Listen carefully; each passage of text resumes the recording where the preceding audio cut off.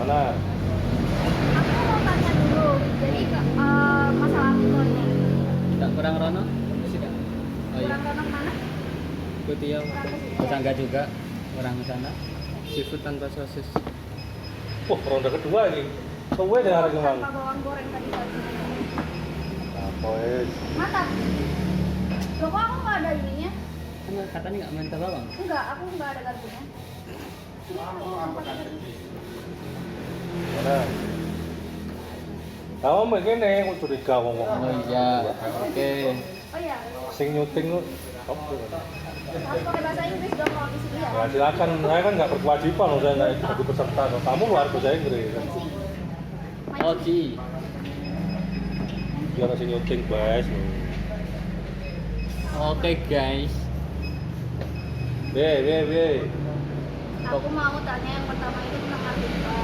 Ah. Karena kan some of my lectures was Ya. itu mewajibkan kita untuk submit artikel. Nah, yang aku bingung adalah tentang akreditasi jurnal. Kemarin itu aku sempat, karena kan gini guys, kalau kata dosen itu, kalau kita mau lihat akreditasi itu lihatnya di Sinta. Ada Sinta 1 sampai 6. Kemudian aku minimal disuruh submit itu kalau untuk mata kuliah itu ke Sinta 3. Nah, dan aku submit ke Sinta 3 karena ini jurnal kependidikan di Universitas Mataram. Nah, pas aku submit itu dari itunya udah nggak nerima lagi, terus aku diarahin ke salah satu jurnal lain dengan tema yang katanya masuk di aplikasi. Terus aku udah submit, habis itu udah keterima di receive dengan minor revision. Tapi pas aku lihat di Sinta dia tuh nggak ada jurnalnya, berarti dia kan nggak terakreditasi. Ya bisa macam-macam. Nah itu aku yang nggak paham, karena dia kan nggak tertulis di Sinta. Nah apakah kalau misalnya aku upload artikelku itu termasuk tidak berakreditasi atau tidak berakreditasi kayak gitu gitunya aku masih belum paham.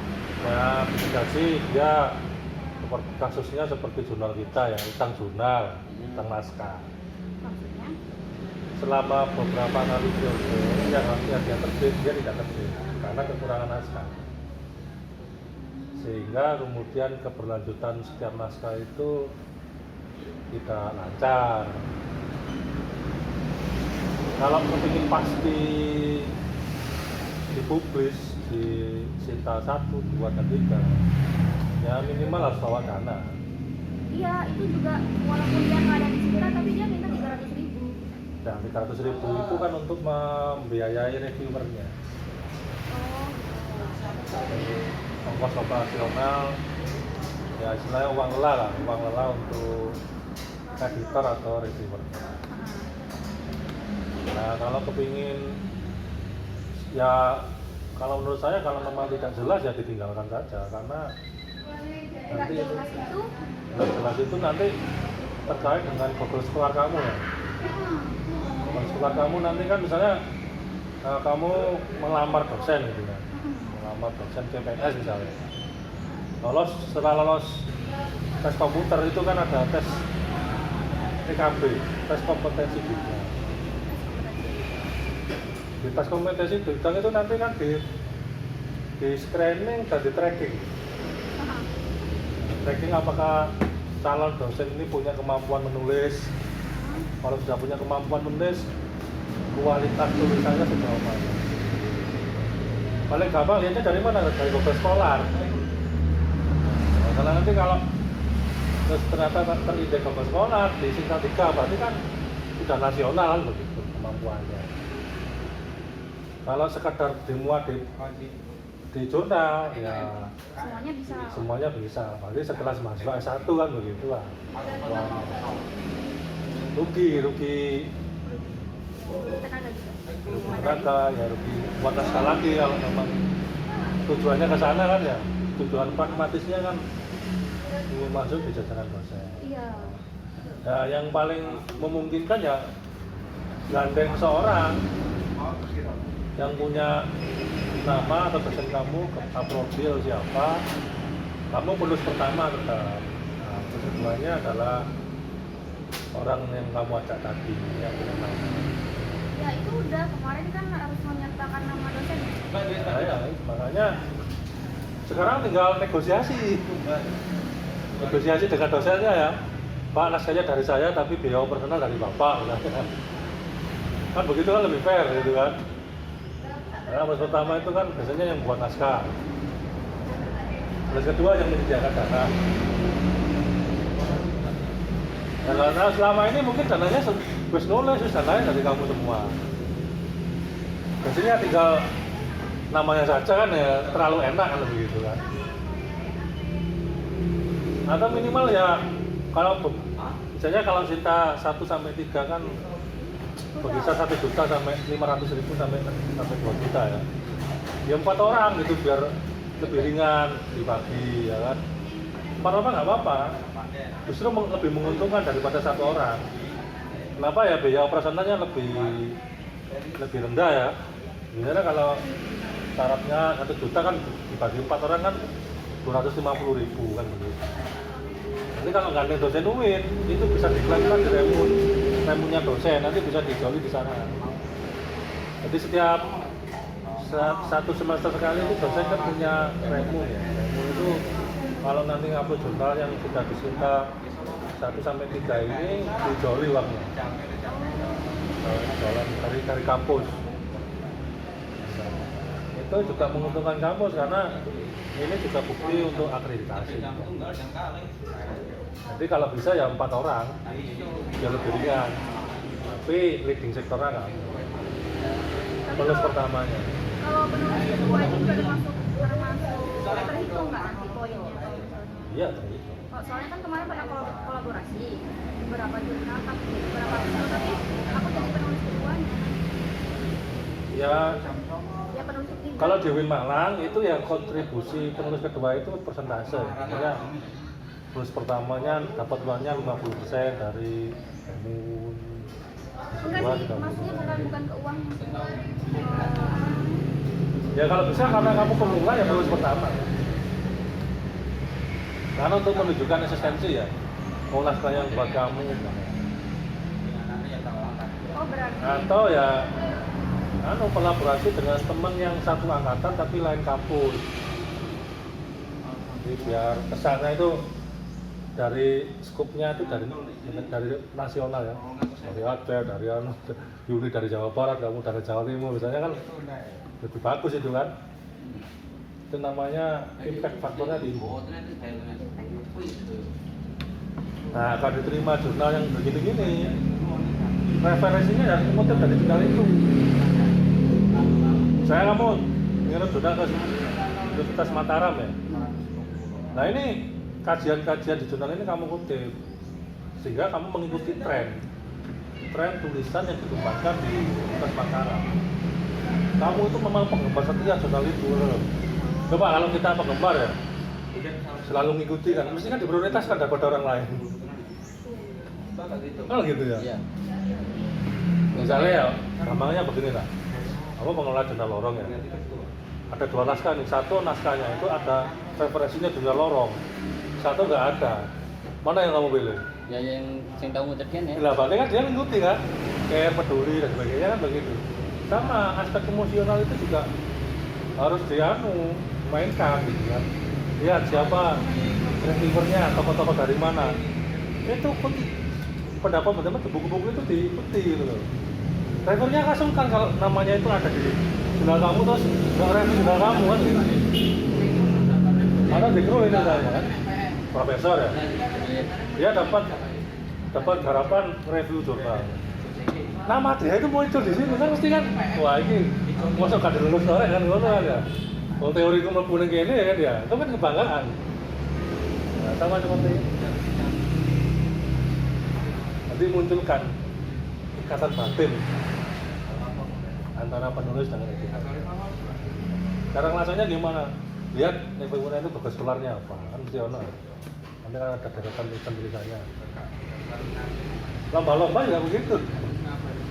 Kalau yang ada lombanya itu di UIN Jakarta misalnya ya, tulisan-tulisannya itu banyak referensi dari itu, dari tokoh-tokoh dari Jakarta, biar ada kecondongan untuk ini. Strateginya gitu. Atau kalau pembimbing ya, misalnya, ya itu kutipan-kutipan pembimbing itu dikutip, langsung kan nggak teruskan. Penguji misalnya, wah, ini. Atau ya kaprodinya gitu. Kan nggak kalah dari gajahnya kan, mana? Nah begitu caranya. Dia ada pendekatan objektif, ada pendekatan subjektif.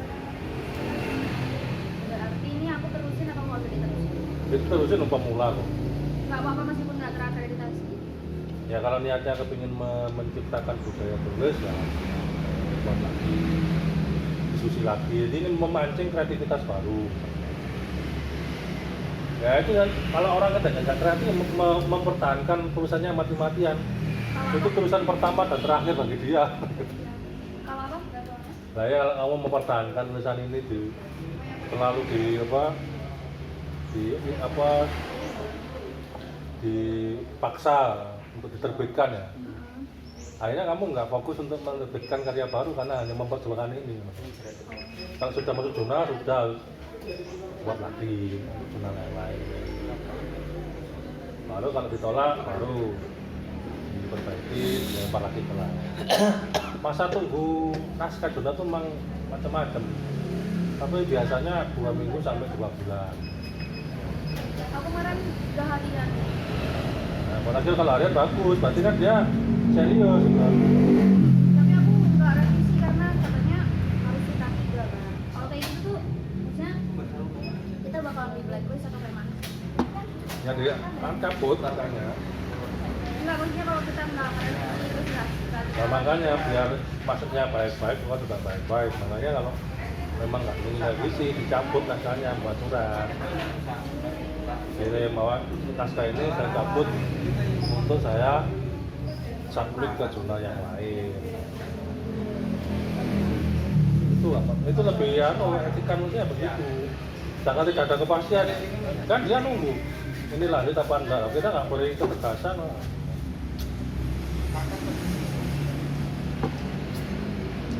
Cabut karena yang lain ya nggak pernah turnitin ya kan kembar naskah ya kan, karena diturnitin malah dikira plagiasi ya. Dikira kita itu ngirim satu naskah ke 2 jurnal, itu nggak boleh. Kamu nggak kasih kabar ke jurnal A, tiba-tiba ngirim ke jurnal B. Takutnya jurnal A dan B menerbitkan pada waktu yang sama, nah kan malah jadi blunder kan. Itu ada kasus gitu juga. Kemarin itu ada artikel dari bos kita ini, orangnya benar-benar lurus gitu kan. Nah itu Terus kita ya bos kita itu benar-benar lurus, orang-orang kiai bener ya kan.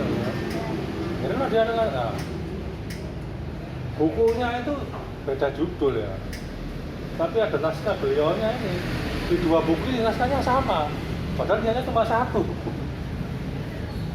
Terbit buku ini terbit dua-duanya, naskahnya plok, dikira kan plagiasi kan begitu. Kan belum banyak yang tahu gitu kan. Nah takutnya seperti itu kalau nggak saling cross check. komunikasi ini. Kadang itu kalau jurnal itu kekurangan naskah yang moro-moro terbit gitu kan. Iya. Tambah konfirmasi lah. Ternyata kita ngirim ke jurnal yang lain karena dianggap kita ini nggak masa dia gitu kan. Itu yang kemudian kalau jadi juga itu kalau yang makanya harus mengutip pendapat dari Jurnal yang akan dituju. Salah dari satu jurnal ya, penulis yang gitu.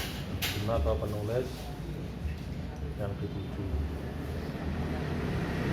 Loh, kalau kamu sebenarnya ya kalau tema tulisannya mengevaluasi jurnal itu bagus-bagus lagi. Gimana maksudnya? Misalnya ini ada jurnal lorong ya, tulisan kamu evaluasi eksistensi jurnal lorong 7 tahun. 2010 sampai 2021 itu mesti diterbitkan itu. Kan mengevaluasi kan mulai tahun pertama tahun kedua itu kan jarang. Sebagai set autokritik untuk jurnal itu. Dan itu kan penting untuk cerminan dari penggemar kan untuk pengelola jurnal. Tapi kan dia ikuti setiap edisi. Itu jangan dilakukan. Bicara konten juga kayak kartu as dewe, kayak umuran dewe gitu. Tapi kan berarti kan dia peduli gitu. Bukan dalam artian menghina, ini malah memperbaiki. Nah itu mesti diterbitkan itu. Jadi misalnya yang Mataram ini sudah berdiri atau sudah diterbitkan mulai tahun kapan? Dari 100 jurnal naskah yang saya teliti, ada kecenderungan jurnalisme Mataram ini teknik pembahasannya mengarah pada 3 aspek. Satu, transformasional, membuka wawasan yang bisa memberdayakan pembaca untuk peduli terhadap dunia pendidikan. Ini berikan tulisannya A sampai C, nah gitu kan ya. Kedua, tulisannya kritis namun tidak aplikatif. Ketiga, tulisannya cenderung logika namun filosofis. Nah, seneng kan gitu kan? Oh, karena sampai tanya kan? Ya. Tidak baik. Ya makanya sekarang ini ya S2 itu harus bisa menspesialisasikan kepakarannya apa. Ya, kamu harus memutuskan manajemen pendidikan Islam dalam aspek apa ya? Menjadi concern atau titik perhatian kamu. Saya udah MSD. Lalu ngomongnya kemana-mana ya tentang manajemen pengembangan sumber daya manusia.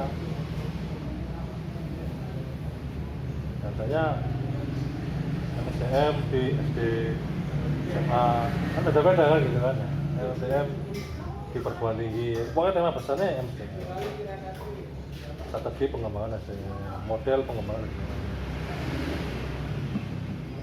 Pengembangan SDM di lembaga khusus bahasa Inggris. Nah, pokoknya SDM dengan Nggak harus sama dengan yang S1 kan?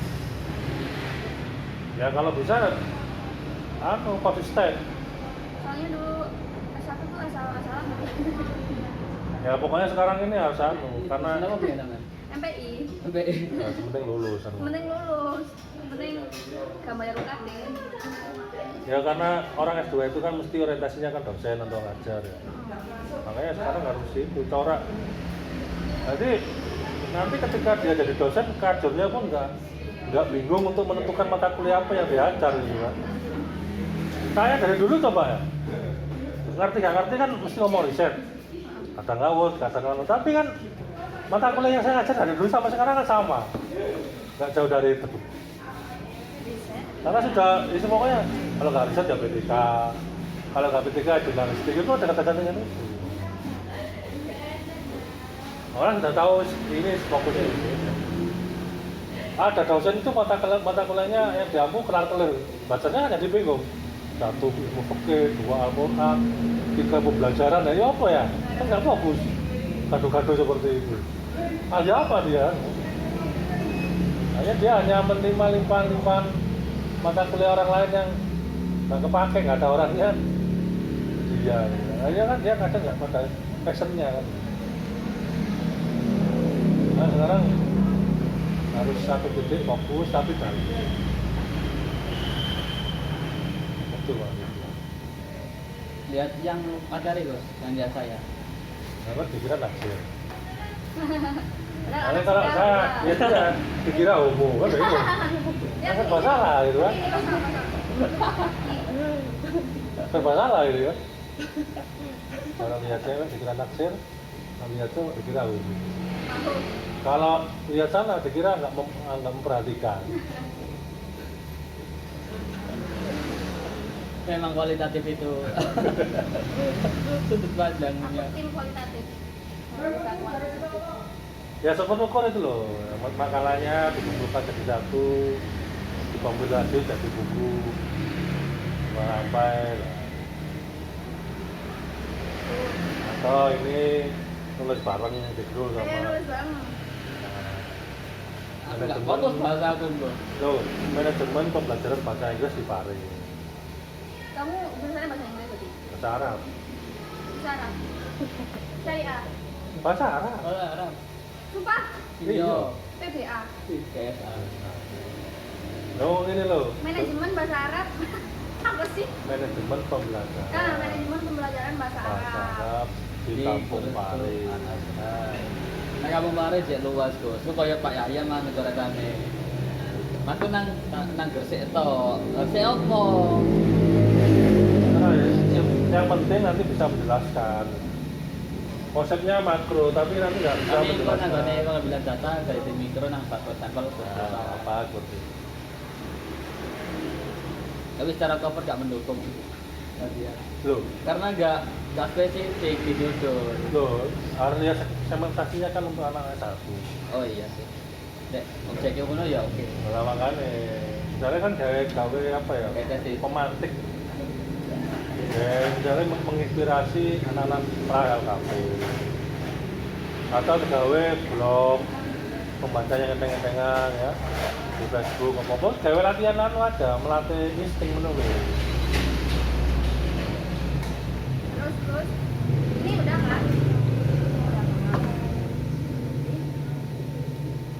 Buat dulu aku dengan penulisannya di artikel. Jadi kan ada artikel itu yang minta hasil dan pembahasan itu dipisahkan. Ada yang minta digabung. Nah, kalau digabung kan kalau aku lihat di contoh-contohnya itu kan termasuk agak lebih mudah daripada yang dipisah. Nah, kalau yang dipisah itu nanti aku yang bingung. Jadi yang di hasil itu aku naruh apa, yang di pembahasan Loh, itu nggak usah bingung, ini seperti gini loh ya. Kamu seperti buat roti. Nah, ada jurnal, itu yang kepingin tahu komposisi rotinya, berapa terigunya, berapa kandungnya. Ini namanya jurnal yang dipisah, kan begitu. Ada jurnal yang wis jadi, sehingga dia pembahasannya melepuh. Nah, melepuh jadi satu kan. Nah, seperti ini ya begitu. Nah, seperti ini dijelaskan dulu hasil wawancaranya dan observasi, kemudian ini komentar dari ini urutan pertama, ini urutan kedua atau dibalik, ini urutan pertama atau nggak ada. Misalnya begini, pembelajaran bahasa Inggris di Kampung Pare dilakukan secara demokratis namun tersistem yang melibatkan masyarakat sebagai komponen utama sumber belajarnya. Nah, itu kan komentar dari penulis kan ya. Hal itu didapatkan dari observasi yang dilakukan. Nah, padahal kan harus mulai gitu kan. Nah, ini komentar dijelaskan komponen penyusunnya. Dari observasi di mana setiap kali kehidupan, setiap hari para peserta didik atau peserta ini harus dibiasakan berbahasa Inggris dengan penulisan. Rick Rule, salah satu peserta, mengatakan anak wawancara ya, terus tutuplah dia ngomong bahasa Inggris semua. Set. Terus diartikan sama kamu artikan dalam kurung. Iya memang, yes of course, iya memang. Ya begitu kan. Nah, begitu berarti kan jelas. Ini komentarnya, oh trigunya ini, oh ini garamnya, nah itu mintanya. Jadi dia memastikan bahwa itu tidak fabrikasi, tidak imajinasi dari penulisnya. Datanya diambil kapan, observasinya diambil kapan, gitu. Apa yang dibingungkan gitu? Bingung aku, kayak komentarnya gitu kan. Aku kemarin itu kan dikritisi. Kamu dari mana dapat kesimpulan ini? Sementara apa ya? Data-datanya. Nah kan data-data itu ada kata kuncinya. Nah itu bingungnya aku bikin kata kuncinya itu ngambilnya itu loh. Berarti harus didukung sama teori. Iya iya, ngambil data itu memang berangkat dari teori, fungsi teori itu untuk instrumen. Meskipun kualitatif. Iya. Saya gini, ya, saya sering ngomongkan ya, Sering saya omongkan. sampai dia hafal gitu. Cinta sejati. Pelan di judulnya. Sejati ini apa indikatornya? Nah, ya indikatornya apa? Jenis apa? Adik Nah, lek awak kan angel. Ada salah seorang tokoh psikologi ya kan mengatakan bahwa cinta sejati itu adalah cinta yang segitiga cinta. Wah, Bukan cinta segitiga. cinta yang Kalau cinta segitiga itu selingkuh. ya. Kalau segitiga cinta ini true love. Triangle of love. Bahwa orang yang pertama punya true love itu punya passion, gairah, ada ketertarikan secara fisik, sehingga dari gairah ini melahirkan romantisme. Teorinya. Nah, romantisme ya. Yang kedua ada namanya intimasi, kedekatan. Kamu sakit, dia sakit, rasa sakit, dan sebagainya. Senasib pengalaman. Yang ketiga ada komitmen. Nah ini indikatornya. Dilihat pada waktu wawancara kamu tanyakan gimana Mas memandang itu. Apakah tatapan matanya penuh dengan makna atau apa? Saya mengira dia adalah Atau perempuan. minta maaf belum tiap hari kok tanya gitu ke saya ya kan? Ini pertama kali ngeprank cutting cewek. Biasa aku ngeprank dating terus. Bahasa setiap hari dikirimi kata-kata mutiara enggak? Itu kan bagian dari romantisme. Diturunkan dari variabel namanya passion. Item tadi kata-kata mutiara, tanya kabar, sebagainya. Bahwa dia nggak ngomong secara langsung jatuh cinta. Atau itu loh, tapi dari indikasi pernyataan tadi mengarah pada tiga hal yang sebagaimana disebutkan oleh Eric Fromm. Oh, Aris from Misalnya, laut saya gitu apa itu? Gone Robin Sternberg. Robert Stem. Jadi Nggak ada. Buat wawancara itu yang awal nggak boleh. Teori itu memandu peneliti membuat instrumen wawancara sekualitatif apapun. kualitas Ada konsepnya. Nggak sopor ngomong enggak. Semuanya di belakang wawancara ini ada teori. berarti kalau kayak gitu kualitatif sama aja dengan kuantitatif. Nah, jenenge metode ilmiah kok. Nah, Apa semua nah, berdasarkan teori. dari ilmiah ilmu. Cuma ada yang ditambahkan, ada yang tidak ditambahkan, ada yang secara intrinsik, ada yang secara ekstrinsik kan. Jangan dikira orang kualitatif itu ngawur, enggak. Oh, ini sandarannya. Itu validitas internal di dalam kualitatif. Aku pengen dengar omongannya Magi kalau gitu. Nah, Pasti kontra sama beliau. Tuh, karena ya orang kualitatif itu juga terjebak pada subjektivitas. Loh kenapa? Judul misalnya. Mengapa ngambil judul ini? Berbagai macam alasan ilmiah yang diaturkan. Ujung-ujungnya apa? Nggak punya uang, lebih murah, dekat dengan rumah, kan itu loh. Cuma dirasionalkan. Kamu milih judul dulu, sekuantitas apa-apamu ya. Nanti aneh-aneh gitu ya, cepat selesai. Ya kan? Efektif dan efisien. Jadi dalam penelitian itu ada subjektif, ada objektif. Tahu dengan subjek media. Dengan objek, bedanya dengan objek media tahu. Objek itu kan benda mati. Makanya dia disebut responden, hanya merespon apa yang kita tanya. Kalau kita tanya satu, jawabannya satu. Yes, no question, apa ABCD. Kalau subjek median, ditanya satu, jawabannya syarat-syarat. Ya, ngerasani barang dan sebagainya. Makanya dia sebut informan. Nah, gitu. Makanya lagi-lagi aku saling nggak sih itu? kalau objek karena cuma Dikondisikan jawabannya. Kalau nggak yes, no question, ya ABCD itu skala Likert.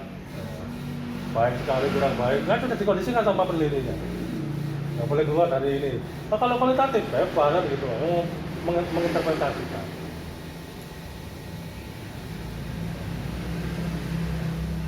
Itu Ya. nang Agus Salim nggak sih bos? Nah, bukannya Agus Salim kan? Ah, ya. Nah, tapi saya. survei pun ya pada akhirnya penjelasan penguatan penjelasannya menggunakan kualitatif, FGD misalnya, ya kan? Pendapat para ahli.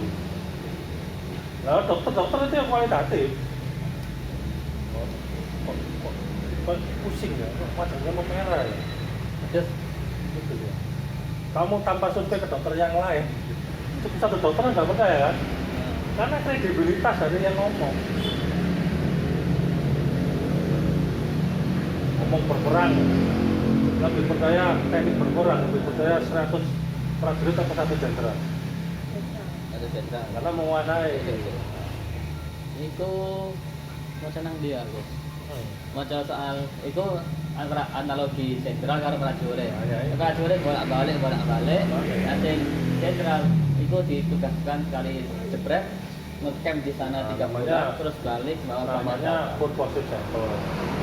Oh iya. Oh iya Pak, iki itu Diono. Diono sing gawe Joko iku. Ya padha karo dhewe loro nang dokter. Tapi dokter kan sudah mewakili pendapat kita tentang sakit kita kan gitu. Nggak perlu kita saya gejalanya seperti ini, kamu berangkat ke seluruh dokter di Indonesia untuk memastikan bahwa kamu sakit ini. Kan nggak perlu juga kan? Jadi di hasil itu nanti ditulisnya tentang hasil wawancara, kita komentar juga. Tapi belum masuk ke teori teori. Loh ya dimaksud itu paparan data apa Enggak, pembahasan? Masa? Nah, pembahasan komentar kita. Bukan hasil. Lah ya hasil itu maksudnya, lah ya hasil penelitian itu saya tanya, itu paparan data apa pembahasan? Kalau di artikel kan nggak ada kayak gitu, Bu. Kan saya tanya kamu yang kamu arahnya kemana? Kalau itu paparan data. Nah, Kalau- ini aku yang nanya, makanya. Nah ya paparan data itu Aku kita. juga nggak tahu nanti di hasil itu Paparan data itu. atau pembahasan. Kalau paparan data itu menceritakan data mentah yang kita miliki. Nah, Misalnya gini, Oh iya. maksud aku pakai contoh juga bingung, kamu kan enggak, kan kalau di situ kan ada kalau di apa itu kan proposal apa bukan laporan. Kalau di laporan kamu tuh menghafal caranya berpikir salah. aku juga belum Nah makanya tak cari gitu loh. nggak maksudnya bingung bedain laporan. Nah makanya kita jelasin ini. Gitu. Ya, ya, ya. Coba ya, Saya takut hasil observasi salah saya. ini mana Nah, makanya tak cari. takut salah Nah makanya tak cari ini loh. Hasil observasi saya menunjukkan Dikrul adalah pria yang tampan. Hasil observasi itu salah bukan? belum tentu Memang salah agak. Malah salah. Mau bingung mas ya. Bahwa Dikrul tampan, burung itu komentar kita bukan data yang sesungguhnya. Data yang sesungguhnya Dikrul adalah pria berkulit sawo matang, giginya putih, jenggotnya tipis. Itu data mentah. Kalau ada ganteng itu sudah penilaian. Judgement itu salah, bukan data observasi. Sering kali kita nulis aja observasi. Opini nggak dicampur sampai data mentah, deskriptif tadi itu. Yang dimaksud data apa adanya itu yang menceritakan apa adanya, bukan mengomentari. Nggak jadi bias data itu. Makanan ini enak. Itu opini apa data? Kenapa? aja semata. Nah ya. Sebelah, kalau kita berbicara observasi makan ya, dari strukturnya dikemas dengan piringnya kan ini putih berdimensi dipadu dengan campuran situ. Nah itu data mentahnya begitu, hasil indera kita, bukan hasil pengolahan otak. Jadi sebenarnya bisa membedakan. Kalau data mentah, deskriptif itu nggak boleh menambah atau mengurangi. Kalau analitik baru menganalisa. Kan berjenjang data itu. Data yang paling gampang kan deskriptif, menceritakan kembali apa yang kita dengar, apa yang kita rasakan. Lokasi sebelah ini sangat strategis, nah itu kan pendapat kita. Itu udah data mentah, lokasi sebelah Ada di tempat jalan berada ini. di jalan ini, posisinya ini. Analisis kita tidak salah kalau kemudian disebut lokasinya sangat strategis. gimana sebagainya kan begitu. Seringkali kamu itu atau teman-temannya lah yang campur baur ya. Iya. Nah ya itu yang salah. Kebingungan itu dimulai dari sana.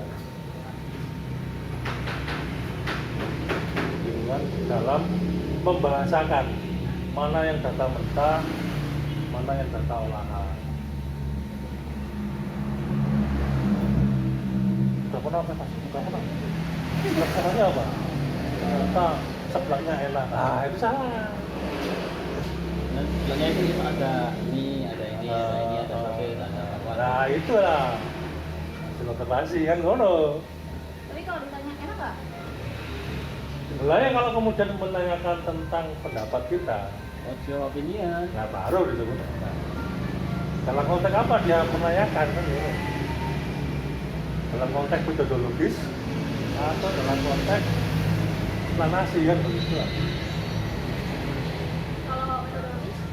Nah, itu tadi diceritakan bahwa sebelahnya ini Enak karena bukan ada enak, ini.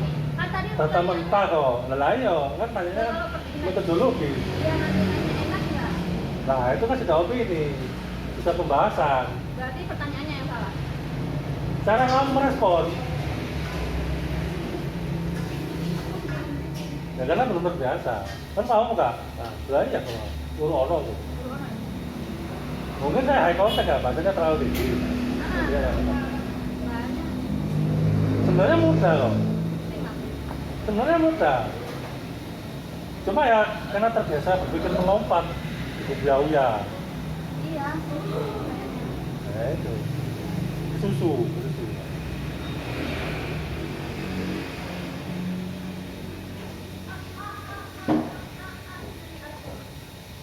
Jadi kalau di artikel itu nanti bahasanya pembahasan boleh ditambah dengan opini. Jadi ya untuk sering pembahasan kok. Kesimpulan kok Kalau itu doang sih datanya apa aja. Loh kesimpulan itu bisa berupa ya, temuan apa yang terbaru yang direvisi dari pembahasan kita atau bisa mengevaluasi. Kesimpulan itu hasil. Jadi mau tanya kesimpulan. Kamu yang bilang kesimpulan kan? Enggak, aku nanya Jadi hasil. opini bisa nggak dihasilkan di situ? Ya bisa, di opini juga, cuman dibasiskan data. Terus namun, Yang kamu tanyakan apa? Aku masih bingung ini sebenarnya ngomong laporan atau artikel. Ya podo aja kan? Enggak sama.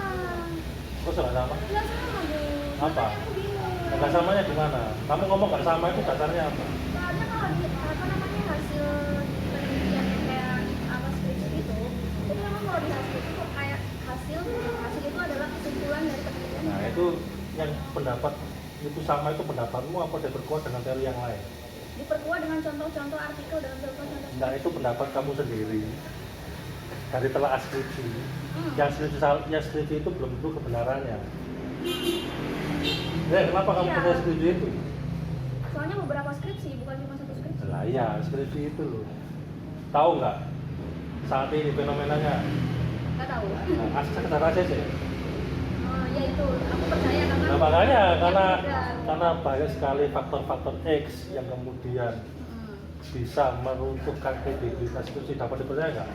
Nah berarti kalau kayak gitu aku harus kayak gimana? Lihat contoh yang lebih di atasnya, disertasi. Kalau ternyata disertasi juga ACC Oh main nggak ACC mungkin. doang. Oh nggak mungkin. Nah makanya itu. Kalau skripsi mungkin ya, karena disertasi diuji 9 orang profesor. Disertasi. Iya. Ada ujian terbuka tertutupnya. Skripsi. Disertasi ada 5 fase untuk menuju disertasi.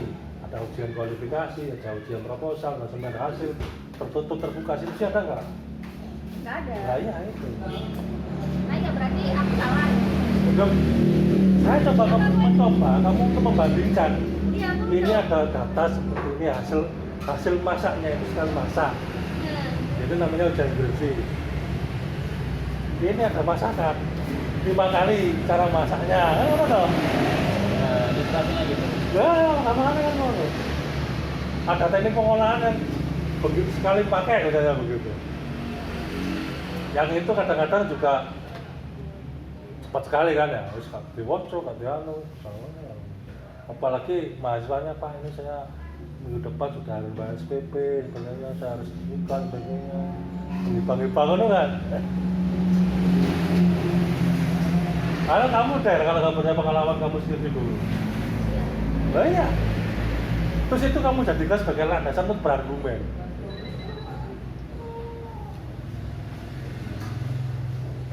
Punya nilai validitas tinggi nggak? Makanya di situ aku bingungnya di situ karena Bukan bingung. sama ini Kamu malas aja berpikir tingkat tinggi. bukan Karena caranya. memotong, ya itu tadi membiasakan. Membandingkan dengan dari yang lain. Standar kamu mengambil sebuah kebenaran selama ini terlalu singkat, memasaknya terlalu singkat. Harusnya kayak gitu. Seharusnya kalau memang contoh yang terbaik itu disertasi. Kita baru tahu kalau harus ada aja kalau disertasi. Maka sama aja kalau kamu berpendapat ya, berpendapat nih ya, sama omongannya antara anak TK dengan anak SMA. Mana yang kamu pilih? Mana yang kamu pilih? Anak TK. Kenapa? Karena dia sudah melalui SD yang disebut dengan skripsi ya. SMP kan ujian lagi. Anak TK ujiannya belum. Masih pemula.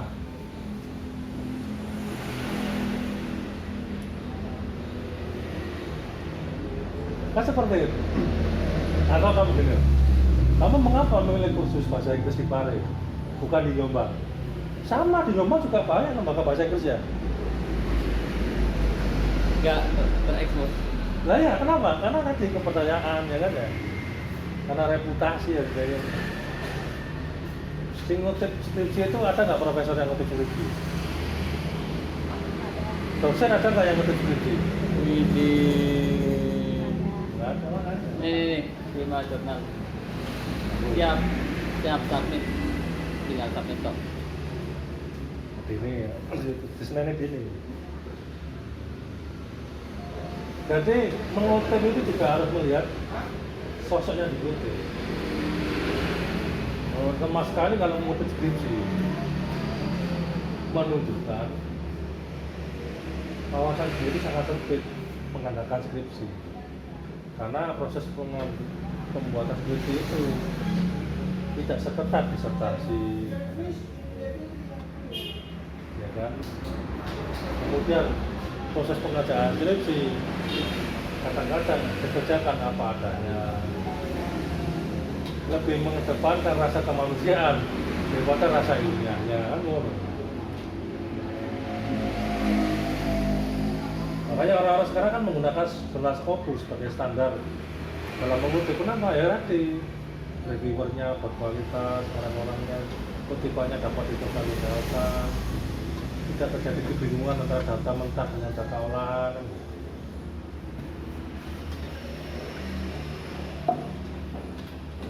Jadi harus hati-hati kalau mengutip atau mengambil referensi. Karena mempengaruhi keputusan kita dalam mengambil tulisan ya.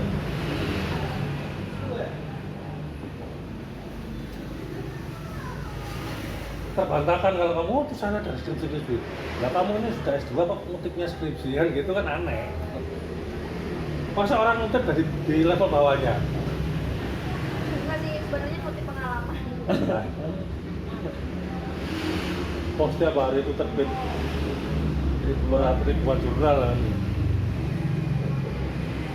Nah makanya rasakan kecerdasan orang berpikir tingkat dirinya itu dari jurnal Scopus satu. Aduh nggak ngerti. Emerald, kamu sih kita kan nggak emerald. Pakai bahasa Inggris soalnya. Makanya aku harus bahasa Inggris. Makanya biar kamu bisa ke baca. Pare Aku ini. bukan bahasa Arab, tapi aku bisa Eh, bahasa Dia Arab. bisa baca Scopus. Paling kan ada Google terjemahan. Apa? Kan ada Google terjemahan kan juga ada. Kalau nggak bisa juga. Nyambung kadang ser. Ya nanti kan disusikan dengan yang paling Oh iya. Dengan jenengan deh. Ah iya, kalau kamu pelajari sendiri, ya pasti bingung. Baru Baru matahari. seminggu ya. Kok Mas Hari? Ya itu kalau belajar sendirian, kemudian nggak punya jurusnya. Apalagi punya tutor. Gurunya setan. Ya kok tutor?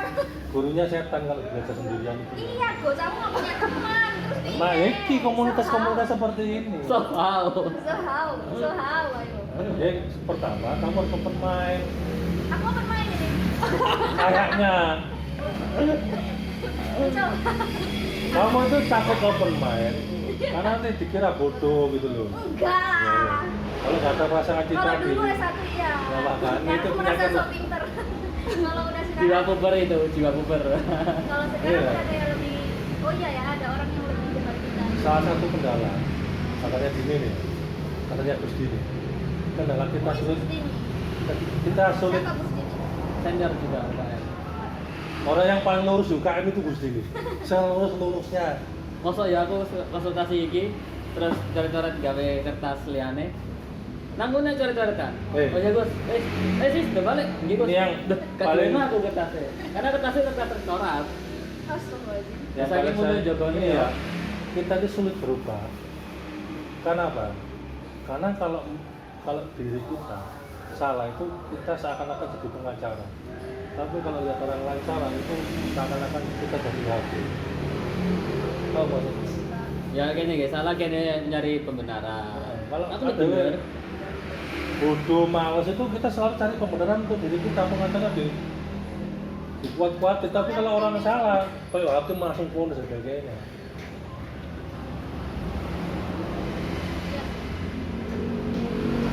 Nah, makanya sekarang kan Makanya kita harus banyak ini. kan ini investasi lah, makanya diskusi cukup ditulis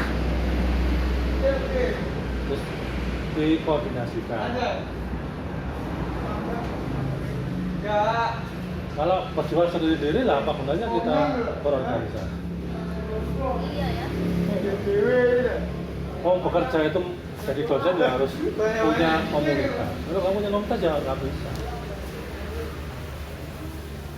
Ini semangat ini dia. Semangat. Spirit. Give spirit. Ya, thank you Spirit. Coba lah ditulis pengalamannya. Pengalaman pembelajaran bahasa Inggris ini. Menulis nanti saya berikan teori-teori. Kolaborasi nulis ya. Biar tahu fungsi teori itu seperti apa. Aku nggak tahu. Nah, makanya itu Ntar dikasih belum. apa? Belum tahu ya. Oh, si apal belum aja. Makanya kita itu nggak tahu apa-apa karena kita nggak Dijamin. punya mesin untuk mengetahui itu. Dalam mesin untuk mengetahui fenomena itu namanya teori. Kenapa sih? Gampangnya gini lah. Kenapa sih dalam Islam kita bermacam? Enggak ya? Ya, biar kita mengambil teori salah satu mazhab. Karena kita nggak perlu lagi memulai dari nol cara belajar agama Islam. Sudah dasar dan sarjana yang mengkaji Islam kan ya. Ada Imam Syafi'i yang mempermudah jalan kita tinggal milih gitu loh. Orang bukan dari nol lagi. Sudah dibuatkan jalan para ulama-ulama yang sudah kredibel ini. Kita tinggal pilih. Sama dengan teori ini. Kehidupan ini kita nggak mulai dari nol. Sudah banyak yang mengkaji. Tinggal kita pilih siapa yang cocok dengan pilihan kita. Mau atau nggak mulai dari nol lagi. Alangkah capeknya kalau mulai dari nol lagi kan ya. Sudah dibuatkan jalan yang lurus yang enak kok buat lagi kan kerja dua kali namanya itu. Nominal cashbacknya. Ngomong saya aja suka kasih kajian keagamaan. Ya, bukan kajian agama ini contoh yang diberikan Gus Dini. Kita break nama. Dan bayangkan lah kamu nggak ada teori ya. Membaca situasi kan dari nol. Tapi kalau sudah ada orang yang memberikan fenomena seperti itu sudah pernah saya kaji, inilah hasilnya. Boleh kamu pakai, boleh tidak. Atau boleh kamu bisa mengkombinasikan dengan teori yang lain. Kan enak tinggal pakai. Tinggal ngelanjutin apa tinggal ngembangin atau gimana kamu tinggalkan dan nggak boleh. Yang penting kan kamu sudah punya gambaran awal. Soalnya Gus ya, kenapa aku tiba-tiba kualitasku harus pakai teori? Dosen-dosen aku tuh sama ini ngomongnya, kita nggak perlu teori, ya udah datang aja. Loh, mesti pakai teori. Teori itu entah ditampakkan atau tidak, mesti pakai teori. Nah, saya pakai teori. Entah teori itu ditaruh di depan atau di belakang, itu sah-sah saja. Kan seperti gaya orang yang menembak seorang cowok, oke kan begitu. bisa dia akan kembali mendekat dan menyinari dunia. Bisa saja dia mulai dengan kata-kata seperti itu, ya kan? Dari semua itu kesimpulannya adalah aku sangat menyinari. Kan, endingnya bisa saja ditaruh di belakang. Atau bisa saja di depan. Ada 1001 alasan mengapa aku cinta padamu. Langsung kan? Langsung. Kan tergantung dari selera. Mau tambah lagi? Atau mungkin? Aduh, yang mana? 3 kali? Ya, benar. Yakin? Yakin. 3 kali benar. 1, 2, 3. Hampir aku mapak gitu-gitu. Loh, jangan nulis cabut. Yang loro, Bos. Apa kayak jam piro? Betul. Telu. Biar penasaran. Nah, kayak turu lah ya. Justru itu yang paling baik. Membuat orang kepikiran. Tapi aku selama ini enak-enak aja tidur. Walaupun kepikiran. Ya, soalnya kamu belum menemukan pasangan itu yang benar. Iya betul. Sehingga berada di zona nyaman. Gimana cara menemukan tantangan? Terus kita sekarang belajar tahu nih. Ya mengembara tadi. Ini kan ya masih uang masih lancar. Challenge of opportunity. Dia kan masih belum merasakan kehabisan uang di tengah bulan atau apa. Belum terdesak lah secara ekonomi, secara psikologi. Mental pertandingan kan belum sampai ke situ karena masih dekat taman. Itu wis, Bos. Kalau bisa ulang tenang kemarin.